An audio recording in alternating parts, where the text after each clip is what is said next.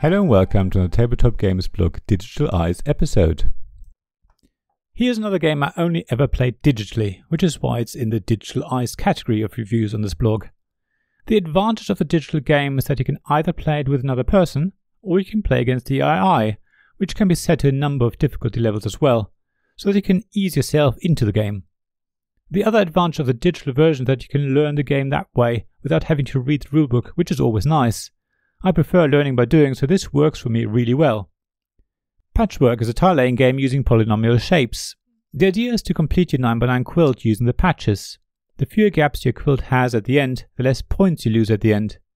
You gain points per collecting buttons. Different patches have a different number of buttons on them. Some have even none. So far, it's a standard Tetris-inspired game.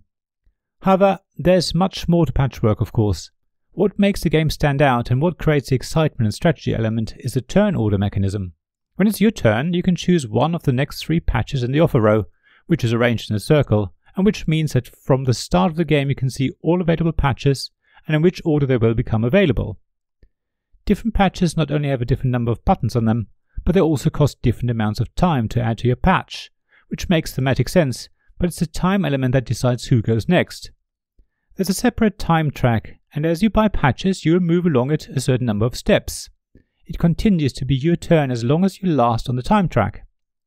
So your decision as to which patch to buy will depend on the time that patch takes to add, as well as the number of buttons on the patch. Ideally you want to buy smaller patches that take less time so that you can continue to buy more patches, allowing you to fill your quilt more quickly than your opponent. However, sometimes the perfect patch that fills the really awkward gap on your quilt is what you go for, even if it means that you only get one go before it's the other player's turn. The time track also decides when you get more buttons to add to your coffers.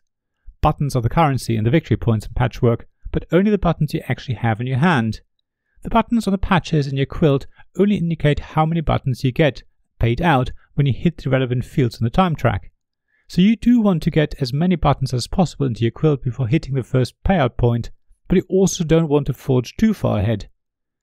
The game is a good mix of quietly making your quilt, while also planning ahead when to spend your buttons and when to save them, and deciding when to buy a large patch that puts you a long way ahead of the other player, and when to just buy lots of smaller patches to keep the other player waiting while you happily fill your quilt neatly.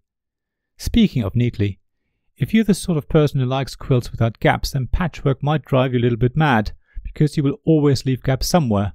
However, for everyone else, Patchwork is a wonderfully calm game with just enough excitement and just enough forward thinking required to allow you and another person to have a lovely time. Thank you for listening to this Tabletop Games blog Digital Eyes podcast. Please check the description below for links mentioned in this episode, as well as to the written version of this article on the blog. If you enjoyed this episode, please subscribe, give us some stars or leave a review. Please also tell your friends about me, and if you want to offer financial support, check out my Patreon and Ko-fi pages, links to which you'll find in the blog at tabletopgamesblog.com. So thank you again for listening, and I hope to see you again soon.